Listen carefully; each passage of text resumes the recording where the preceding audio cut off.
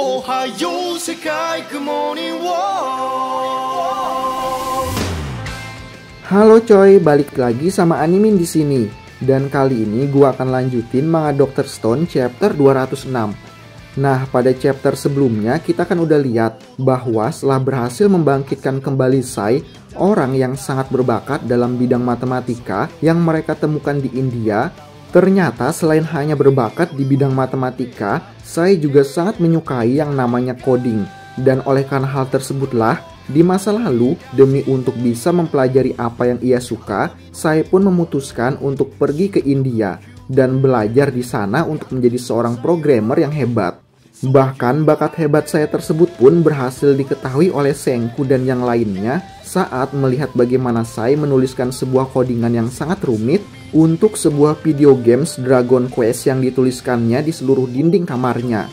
Dan setelah melihat bakat jenius saya tersebut, Senku pun meyakini bahwa jika saya saja mampu membuat sebuah program untuk games, maka saya pun harusnya mampu juga untuk membuat sebuah program untuk roket. Lalu setelah melihat semuanya itu, Senku pun berkata kepada semua orang bahwa saat ini di dunia batu ini mereka semua akan membawa kembali komputer. Lalu kejadian-kejadian menarik apa aja yang terjadi pada chapter kali ini? Kita putar intronya dulu coy. Aku suka susunya hingga tetes terakhir. Aku suka coklatnya hingga tetes terakhir. Susu bendera coklat nikmat hingga tetes terakhir. Susu bendera coklat hingga tetes terakhir.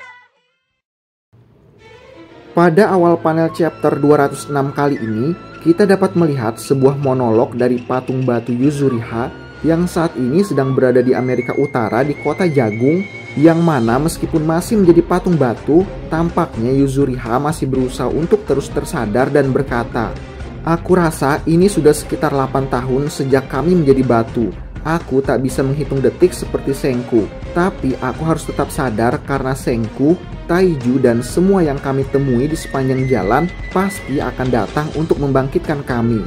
Di mana setelah diperlihatkan sebuah monolog Yuzuriha yang berisi sebuah harapan akan kedatangan teman-temannya untuk membangkitkannya kembali, saat ini tim yang kembali ke kota Jagung yang beranggotakan Taiju, Ukyo, Hyoga, Luna, Max, dan Carlos sedang berada dalam pelayaran mereka menuju kota Jagung dengan misi membangkitkan kembali teman-teman mereka yang berada di kota Jagung dan menghidupkan kembali produksi jagung mereka di Amerika Utara.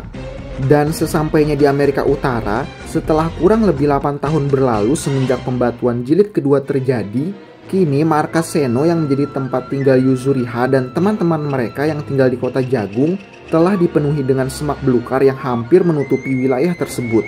Dan tak lama kemudian setelah kedatangan tim yang kembali ke kota Jagung, satu persatu patung batu pun dipulihkan dengan cairan kebangkitan yang dibawa oleh mereka. Melihat bahwa semua teman-temannya kini telah pulih kembali termasuk Yuzuriha, Taiju dengan mata yang berkaca-kaca pun mencoba mengulurkan tangannya kepada Yuzuriha karena sangat merindukannya. Tapi tanpa disangka-sangka, Yuzuriha dengan mata berkaca-kacanya juga langsung memeluk tubuh Taiju dengan erat yang membuat Taiju sangat terkejut karena bisa dipeluk oleh orang yang ia sukai. Selain itu, selain berhasil membangkitkan kembali semua teman-temannya, tim yang kembali ke kota Jagung juga membangkitkan semua orang pasukan kerajaan Seno yang juga berada di kota Jagung, lalu memberikan sebuah surat yang dititipkan Seno untuk diserahkan kepada pasukannya.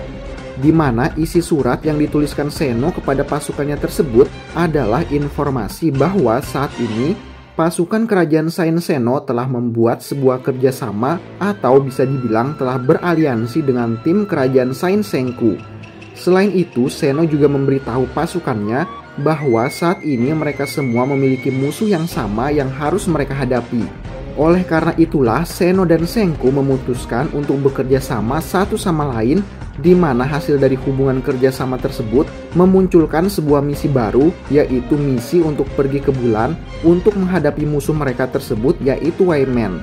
Dan setelah membaca dan mendengarkan penjelasan langsung dari Luna, kini para pasukan Seno yang berada di kota Jagung pun akhirnya menerima keputusan Seno dan mau untuk bekerja sama dengan tim kerajaan Sains Senku yang saat ini berada di kota Jagung, di mana sebelumnya kalau kalian ingat ada sebuah aksi saling bunuh yang pernah terjadi di antara mereka yang dimenangkan oleh tim kerajaan Sains Senku yang berhasil mengaktifkan kembali Medusa dan membuat pembatuan seluruh dunia jilid kedua terjadi. Tapi karena semuanya telah beres, mereka semua pun saat ini telah menjadi satu kesatuan untuk mengalahkan musuh yang sama dengan misi yang sama. Mendengar kabar baik tersebut, Joel pun berkata, "Aku tadinya ingin bersulang bagi para rekan teknisiku, tapi sepertinya Kaseki tidak bersama kalian." Mendengar perkataan Joel tersebut, Taiju pun menjawabnya dan berkata, "Benar, saat ini Kaseki berada di India bersama tim Senku."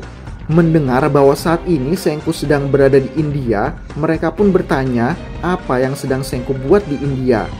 "Ya, soal itu, janji untuk tidak terkejut saat kami beritahu ya," jawab Ukyo. "Saat ini Senku dan kita semua akan membuat komputer." Dan setelah mendengar jawaban Ukyo tersebut, semua orang yang berada di kota Jagung pun terkejut bahwa Senku akan membuat komputer di dunia batu ini. Ini benar-benar terasa seperti kita mencapai titik pencapaian yang sangat besar dengan proyek penciptaan yang luar biasa terbaru kerajaan sains. Dan ternyata selain keterkejutan teman-teman mereka yang berada di kota Jagung, setelah mendengar kabar bahwa Senku akan membuat komputer, tim pengembangan kota baru sendiri pun masih sedikit tidak percaya dengan apa yang telah diucapkan oleh Senku tentang sesuatu membuat komputer di dunia batu ini, dan membuat saya berkata, "Tapi bagaimana caranya?" "Tak perlu kaget, Sai, kaulah yang sangat menginginkan komputer bukan?" jawab Ryusui. Mendengar keraguan teman-temannya tersebut, Senku mencoba menjelaskannya dan berkata, "Komputer itu adalah serangkaian saklar on dan off. Itu adalah dunia 1 dan 0. Intinya cari cara untuk memproses semua itu dan kau akan punya apa yang diperlukan untuk membuat komputer." Dan setelah mencoba menjelaskannya, Senku pun mencoba menganalogikannya dengan meminta teman-temannya untuk memainkan sebuah permainan di mana masing-masing di antara mereka memegang sebuah bendera putih untuk cowok, di mana nilai dari setiap bendera adalah 1, dan bendera hitam untuk cewek, di mana nilai dari bendera cewek yang dipegang oleh Suika adalah 1, dan nilai bendera yang dipegang oleh Kohaku adalah 2. Di mana jika ada satu bendera cowok diangkat, maka Suika yang memegang bendera hitam pun harus mengangkat benderanya. Tapi jika tidak ada bendera cowok yang diangkat, maka bendera cewek pun tidak. Sedangkan jika ada 2 bendera putih yang terangkat, itu berarti Kohaku sebagai pemain yang memegang bendera hitam yang lebih besar dari Suika harus mengangkat benderanya, yang berarti bahwa bendera Kohaku tersebut melambangkan angka 2. Tapi setelah melihat analogi penjumlahan mudah, dasar kerja komputer yang dijelaskan oleh Senku tersebut, Krum pun berkata bahwa itu sudah jelas kalau hasilnya sudah dapat terlihat bahkan tanpa harus menggunakan komputer. Mendengar perkataan Krum tersebut, Senku pun berkata, hal yang menghasilkan jawaban jelas ini dengan sempurna disebut sirkuit, dan ada banyak sekali cara untuk menyusun sirkuit. Melihat analogi Senku tersebut, saya juga berkata, ini adalah penjumlahan sederhana, cukup mudah dibuat hanya dengan menggunakan gerbang N dan gerbang XOR. Dan gerbang N atau gerbang XOR yang barusan diucapkan oleh saya tersebut sebenarnya disebut sebagai gerbang logika loh coy. Gerbang logika atau gerbang logik adalah suatu entitas dalam elektronika dan matematika boolean yang mengubah satu atau beberapa masukan logik menjadi sebuah sinyal keluaran logik. Dan gerbang logik sendiri terdiri dari 7 gerbang, di antaranya adalah gerbang N dan gerbang XOR. Dan sederhananya, analogi gerbang logika N adalah seperti ini, di mana kalau kita ingin menghasilkan nilai output 1, maka kedua saklar A dan B haruslah sama-sama bernilai 1. Sedangkan analogi gerbang logika XOR adalah seperti ini, di mana masing-masing saklar harus bernilai berlawanan untuk bisa menghasilkan output 1. Lalu saya pun melanjutkan perkataannya kepada Senku, tapi ini percuma saja, kecuali itu berlangsung dengan sangat cepat dan secara elektronik. Kau bilang kita masih 1 dekade lebih dari semikonduktor bukan? Tanpa itu bagaimana kita bisa membuat komputer? Setelah mendengar perkataan saya tersebut, dengan senyumannya Senku pun menjawab, kita akan membuat donat, murah, cepat, kuat, untuk saat yang singkat. Jepang memakai kecerdasan untuk bersaing dengan komputer berbentuk donat ini, Parametron. Parametron adalah elemen sirkuit logika yang diciptakan oleh Eiichi Goto pada tahun 1954. Parametron digunakan pada komputer Jepang awal dari 1954 hingga awal 1960-an. Sebuah prototipe komputer berbasis parametron dibangun di Universitas Tokyo pada tahun 1958. Parametron digunakan pada komputer Jepang awal karena dapat diandalkan dan murah, tetapi pada akhirnya dilampaui oleh transistor karena perbedaan kecepatan.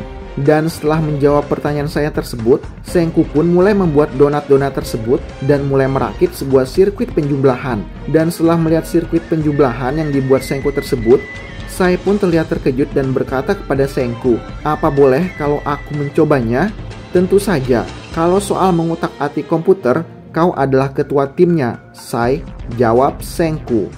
Dan setelah mencoba menggunakan sirkuit penjumlahan yang dibuat oleh Senku tersebut, meskipun hanya dapat menjumlahkan penjumlahan dasar seperti 1 ditambah 1, tapi tampaknya alat tersebut sangat membuat saya bahagia, bahkan meneteskan air mata lalu berkata, dengan menciptakan parametron dan sirkuit penjumlahan lagi, lalu menyambungkan semuanya, maka sedikit demi sedikit mereka akan mampu menyelesaikan komputasi yang semakin besar hingga komputer kita melebihi dari apa yang bisa kita manusia bisa lakukan.